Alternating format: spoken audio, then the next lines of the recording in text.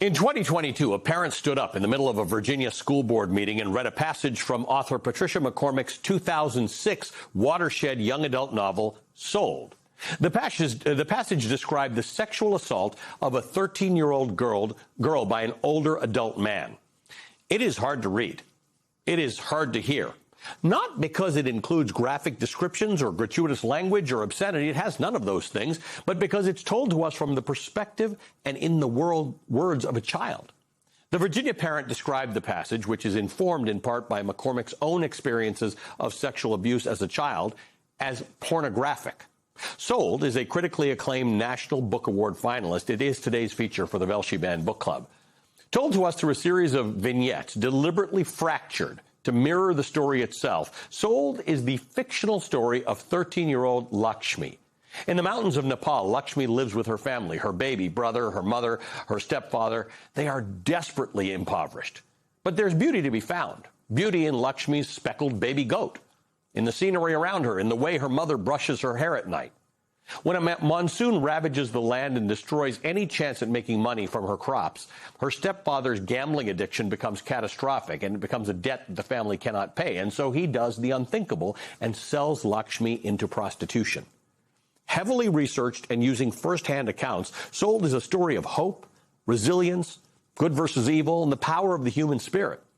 It is unsurprising that so much of McCormick's work is made up of stories that explore the worst of this world. She is masterfully able to honor these stories and the people who experience them while still creating a readable and beautiful book. McCormick's writing, her lyrical language, her attention to detail are a large part of why this book has been celebrated for 20 years. What happened at the Virginia School Board meeting was not an aberration. Sold has consistently been among the country's most banned and censored books. And last week, Sold hit a troubling new milestone. According to new data from the American Library Association, Sold was the most challenged book in 2025. And it was a banner year for censorship. Sold is among a record 5,668 books that were banned from libraries in 2025. For a generation of readers, Sold was among their first exposure to the systemic cruelty and evil of sexual slavery. It is inadequate to describe Sold as a brutal and heartbreaking story. How could a book about sexual slavery be anything but? It is a reality, the daily truth for millions of girls. The International Labor Organization estimates that 6.3 million people worldwide are trapped in forced commercial sexual exploitation. And despite that, or maybe because of it, Sold demands to be read.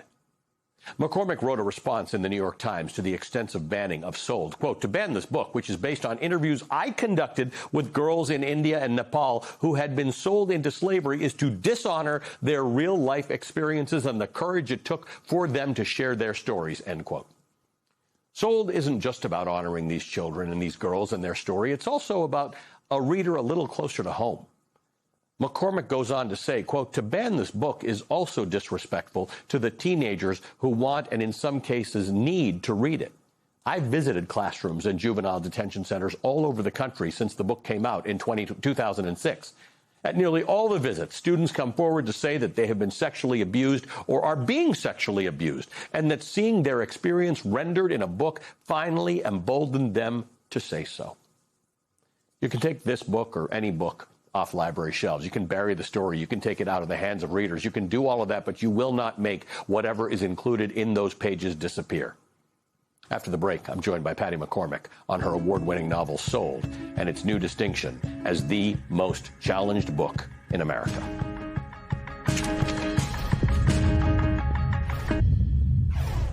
Today's meeting of the Velshi Band Book Club is officially in session. I'm joined by Patty McCormick, journalist and author of many critically acclaimed books, including today's Velshi Band Book Club feature, a National Book Award finalist, Sold, which was written in 2026 and in 2025 became the most challenged book in America. So someone's late to the game, but welcome to the show. Thank you for being here. Thank you so much, and thanks for doing this. My pleasure, Patty. I want to read a little more. I read in the introduction this New York Times piece that I mentioned. I would like to read a little more of it and get your take.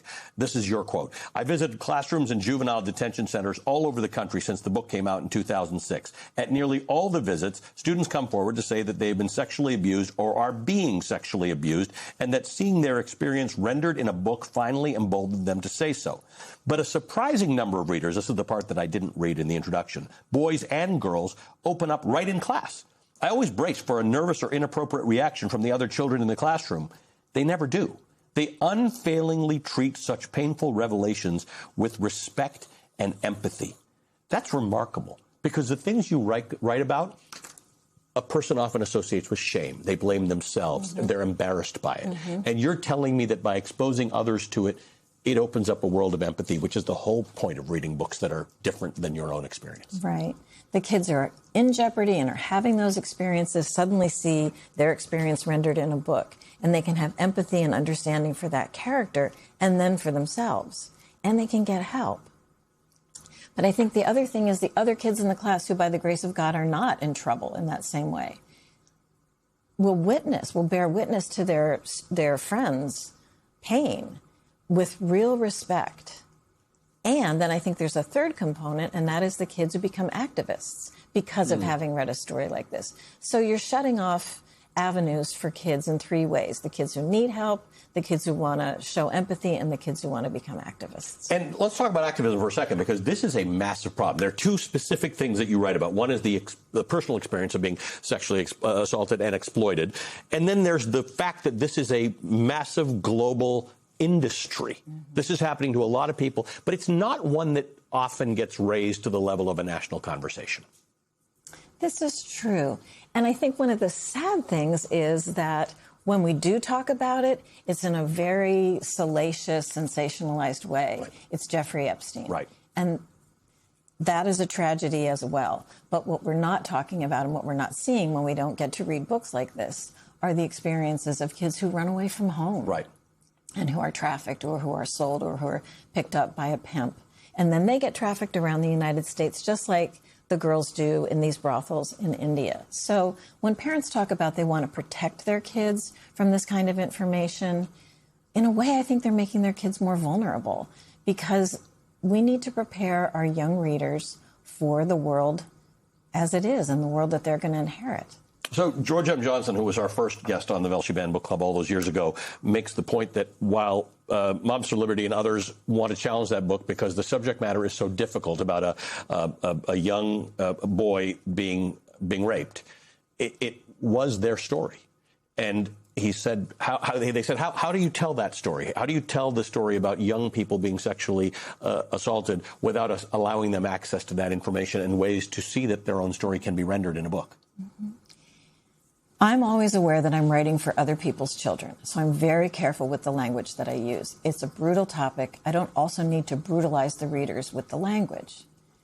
I'm also aware that it's a 13-year-old girl, so she's not going to use pornographic language to describe this assault. It's going to be about how bewildered she is, how she's in pain, how she's confused, how she's frightened. It is not graphic.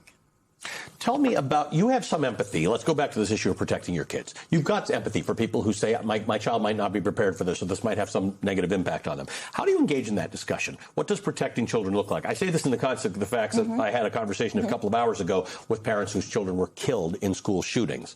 Okay, books are not, no book has killed anybody in a school. But how do you engage in that conversation about how to protect your children as it relates to books? I think to offer them respect and to say that your concerns are legitimate. And also to be aware that sometimes you're talking with people who are in a very heightened emotional state. It's hard to have a logical conversation with somebody who's coming from a very fearful place. But I think if we talk about common cause, we all agree that the trafficking of children is wrong. We all agree that the sexualization of children against their will is wrong. So if you can start to find common cause with parents who are worried about what their kids are reading, I think you can get somewhere. How does it feel to have been an author of many books, very well-known books, facing this? Like, what do you go through when you hear that these meetings have happened and someone wants to challenge your book, or you get news? What is that like? It's frustrating. It's sad. But mostly, I think, first of the girls that I interviewed who, told their stories so that this could be in the book. But also, as an author, I'm somewhat removed from a lot of the hostility. It's the librarians. It's the teachers. And the kids who are really suffering. I went to a school in New Jersey last week, talked about another book, and I mentioned Sold. And afterward, the kids came up to the librarian, "Oh, can we get Sold? We want to read that book." And the librarian was like, "I don't know if I can. I might lose my job." Wow. And we've seen this, by the way. We've seen teachers. Yeah, we're seeing this, and there are organizations in this country who are trying to deal with this. I want to go back to the fact that it's a fictional story, but it could be completely real. You went and interviewed a lot of people. You know the story deeply. Right. Every item in the book is deeply researched and could be proved true. Yeah. And I also drew on my own experiences as a survivor. So it's not salacious. It's informative. It's true. It's a sad truth. It's a painful truth that a lot of people would like to look away from, but it doesn't serve us to look away. Where do you see this story, this idea of book banning going? We get to talk to an author every week, but I can't believe these numbers. PEN America puts out these numbers. It's like, are you kidding me? You ban another 5,000 books? How does this happen? Where do I see it going? Well, you started this season by saying the news is not good, that the book bans are way up. I also think there's another thing, and I imagine you've talked about this with other authors, that there's a chilling effect. People stop writing books that they think are going to face that kind of challenge. Librarians and teachers stop bringing those books into the classroom and into the library. So it doesn't have to be an overt ban. Right. It's more of a chilling, it's more of a self-censoring that takes place. That's whether it's, and by the way, that extends to us as journalists or lawyers or judges or politicians. That's the part where this becomes damaging to democracy as a whole. Thank you for persisting. Thank you for a beautiful book. Patricia McCormick is an author, and she's the newest member of the Belshe Band Book Club, the author of today's feature, Sold.